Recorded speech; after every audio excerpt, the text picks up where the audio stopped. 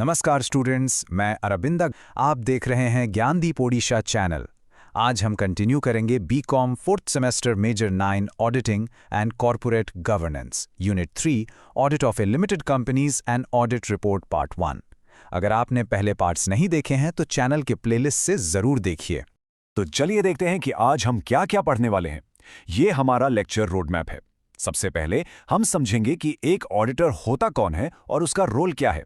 फिर हम डिटेल में जाएंगे कि बोर्ड ऑफ डायरेक्टर्स ऑडिटर को कैसे अपॉइंट करते हैं। उसके बाद हम देखेंगे कि शेयर होल्डर्स यानी मेंबर्स की पावर कब आती है।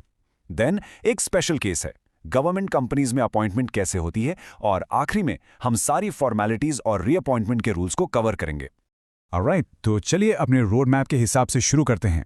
सबसे पहले section 1 auditor role and overview, एकदम बेसिक से स्टार्ट करेंगे। तो सबसे पहला और सबसे जरूरी सवाल, आखिर ये कंपनी ऑडिटर होता कौन है। देखिए, पहला पॉइंट कहता है वो एक इंडिपेंडेंट प्रोफेशनल है। यहां पर ये इंडिपेंडेंट वर्ड बहुत इंपॉर्टेंट है। इसका मतलब है कि वो कंपनी के मैनेजमेंट से बिल्कुल आजाद है, उस पर कोई प्रेशर नहीं है। दूसरा पॉइंट, उसकी अपॉइंटमेंट कंपनीज एक्ट 2013 के हिसाब से होती है। तीसरा पॉइंट, उसका काम क्या है, तो examine the books of accounts, यानी कंपनी के सारे खातों की जांच करना। और ये सब क्यों करना है, उसके लिए है पॉइंट नंबर 4। उसका मेन गोल है to report whether financial statements give a true and fair view. आसान शब्दों में, कंपनी जो अपने फाइनेंशियल पेपर्स दिखा रही है, क्या वो सच में ऐसी ही हैं, उसी पर रिपोर्ट देना। और हाँ, एक चीज हमेशा याद रखिएगा, कंपनी ऑडिट कंपलसरी होता है, कोई चॉइस नहीं है। इसीलिए इसे स्टैट्यूटरी ऑडिट कहते हैं, और जो ये ऑडिट करता है उसे स्टैट्यूटरी ऑडिटर कहते हैं। अब यहां स्क्रीन पर देखिए, कंपनीज एक्ट में ऑडिटर से रिलेटेड कई सेक्शंस हैं। जैसे सेक्शन 140 है उनको निकालने के लिए, यानी रिमूवल। सेक्शन 141 है उनकी क्वालिफिकेशन पर। सेक्शन 142 उनकी रेम्यूनरेशन यानी सैलरी के बारे में है, और 143 उनके राइट्स एंड ड्यूटीज बताता है। लेकिन आज हमारा फोकस कहाँ है, यहां देखिए, यू आर हियर। हमारा पूरा ध्यान आज सिर्फ सेक्शन 139 पर है, जो कि है अपॉइंटमेंट के बारे में। तो सवाल ये उठता है कि ऑडिटर को अपॉइंट करने की पावर किसके पास है। देखिए, सेक्शन 139 के अनुसार ये पावर 3 अथॉरिटीज के पास है, अलग अलग सिचुएशन में। पहला, बोर्ड ऑफ डायरेक्टर्स अपॉइंट कर सकते हैं। दूसरा, शेयर होल्डर्स, जिनको हम कंपनी के मेंबर्स भी कहते हैं, वो अपॉइंट कर सकते हैं। और तीसरा, सेंट्रल गवर्नमेंट। लेकिन यहां एक शर्त है, ये पावर सिर्फ और सिर्फ गवर्नमेंट कंपनीज के केस में ही यूज होती है। चलिए एक बार शॉर्ट में इस टॉपिक को रिवाइज कर लेते हैं। हमने क्या पढ़ा? पहला, कंपनी ऑडिटर एक इंडिपेंडेंट प्रोफेशनल है। दूसरा, उसका काम है फाइनेंशियल स्टेटमेंट्स पर ट्रू एंड फेयर व्यू देना। तीसरा, उसकी अपॉइंटमेंट सेक्शन 139 के अंडर आती है। और चौथा, अपॉइंट करने की पावर 3 लोगों के पास है, board of directors, share holders और सेंट्रल गवर्नमेंट, सिर्फ गवर्नमेंट कंपनीज के लिए। ठीक है, तो हमने देखा कि 3 अथॉरिटीज हैं। चलिए सबसे पहले वाली को समझते हैं, अपॉइंटमेंट बाय बोर्ड। देखते हैं कि बोर्ड ऑफ डायरेक्टर्स के पास कब और कैसे पावर आती है ऑडिटर को अपॉइंट करने की। देखिए, बोर्ड ऑफ डायरेक्टर्स के पास 2 मेन सिचुएशंस में पावर होती है। पहला केस है फर्स्ट ऑडिटर का, यानी कंपनी का सबसे पहला ऑडिटर। ये rule other than government company पर लागू होता है। इसमें बोर्ड ऑफ डायरेक्टर्स यानी बीओडी को कंपनी के रजिस्टर होने के विदिन 30 डेज के अंदर फर्स्ट ऑडिटर को अपॉइंट करना होता है। और ये ऑडिटर कब तक काम करेगा? वो फर्स्ट एनुअल जनरल मीटिंग यानी एजीएम तक काम करेगा। अब आते हैं दूसरे केस पर, जिसे कहते हैं कैजुअल वैकेंसी। इसका मतलब है, अगर ऑडिटर ने अपना टर्म पूरा होने से पहले ही पोस्ट छोड़ दी, हो सकता है डेथ, डिस्क्वालिफिकेशन या रेजिग्नेशन की वजह से। इसमें भी 2 सिचुएशंस हैं। सिचुएशन ए, अगर वैकेंसी रेजिग्नेशन की वजह से नहीं हुई है तो बोर्ड ऑफ डायरेक्टर्स 30 दिन के अंदर उसे फिल कर देंगे, सिंपल। लेकिन सिचुएशन बी, अगर वैकेंसी रेजिग्नेशन की वजह से हुई है तो बोर्ड पहले 30 दिन में तो अपॉइंट करेगा, लेकिन उस अपॉइंटमेंट को मेंबर्स द्वारा 3 मंथ्स के अंदर अप्रूव करवाना पड़ेगा एक ईजीएम में। और इस तरह से अपॉइंट हुआ ऑडिटर अगले एजीएम तक ही ऑफिस होल्ड करेगा। तो इस टॉपिक का रिवीजन करते हैं। एग्जाम के लिए बस इतना याद रखिए, बोर्ड ऑफ डायरेक्टर्स के पास 30 दिन का टाइम होता है, या तो कंपनी का पहला ऑडिटर अपॉइंट करने के लिए या फिर कैजुअल वैकेंसी को भरने के लिए। सिर्फ एक स्पेशल पॉइंट है, अगर वैकेंसी रेजिग्नेशन से हुई है तो मेंबर्स का अप्रूवल भी जरूरी है। तो हमने बोर्ड ऑफ डायरेक्टर्स का रोल तो समझ लिया, लेकिन सोचिए, अगर बोर्ड अपनी ड्यूटी टाइम पे पूरी ना कर पाए तो क्या होगा? तभी आगे आते हैं कंपनी के असली मालिक, यानी शेयर होल्डर्स। चलिए अब देखते हैं अपॉइंटमेंट बाय शेयर होल्डर्स का केस। शेयर होल्डर्स के पास भी पावर दो सिचुएशंस में आती है। पहली सिचुएशन है फर्स्ट ऑडिटर के केस में।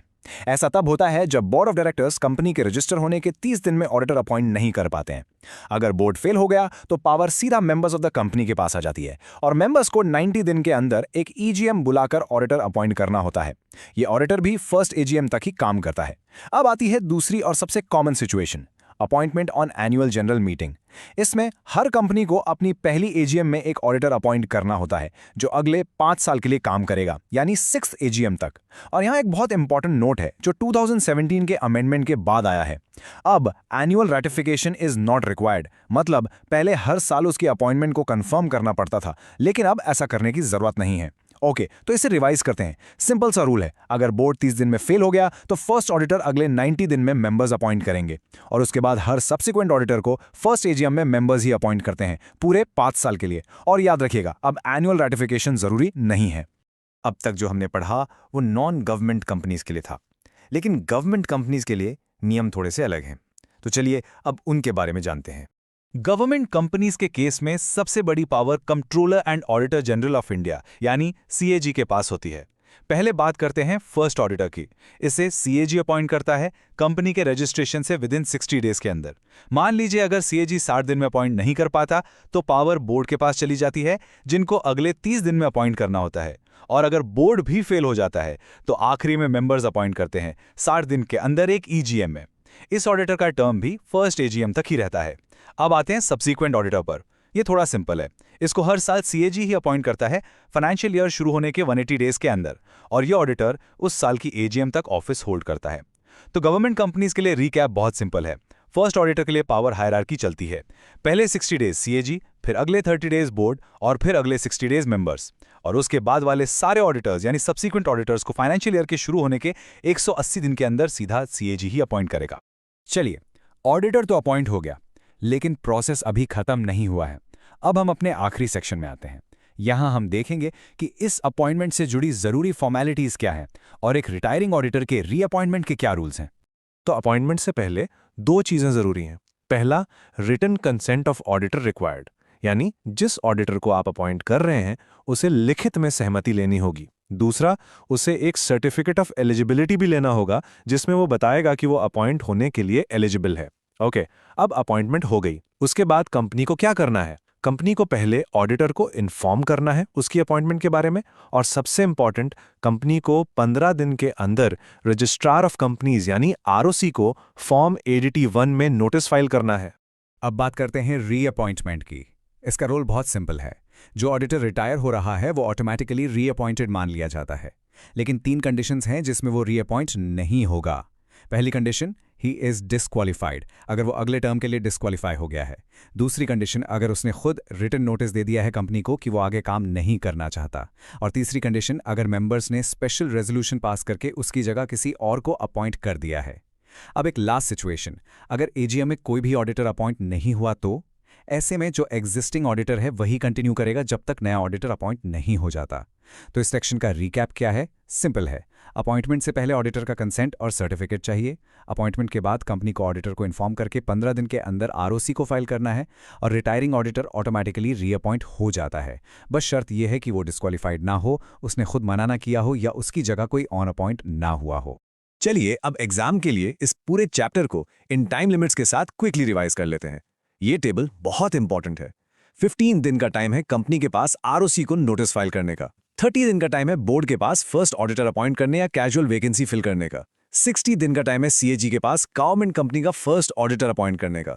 90 दिन का टाइम है मेंबर्स के पास फर्स्ट ऑडिटर अपॉइंट करने का अगर बोर्ड फेल हो जाए। 180 दिन का टाइम है सीएजी के पास गवर्नमेंट कंपनी का सब्सिक्वेंट ऑडिटर अपॉइंट करने का, और 5 इयर्स का टेन्योर होता है एक नॉन गवर्नमेंट कंपनी के सब्सिक्वेंट ऑडिटर का। इस टेबल को अच्छे से याद कर लीजिए। आज हमने इस पार्ट में appointment of company auditor under section 139 के टॉपिक्स पढ़े। अगर वीडियो पसंद आए तो लाइक करिए, ज्ञानदीप ओडिशा चैनल को सब्सक्राइब करिए। धन्यवाद स्टूडेंट्स।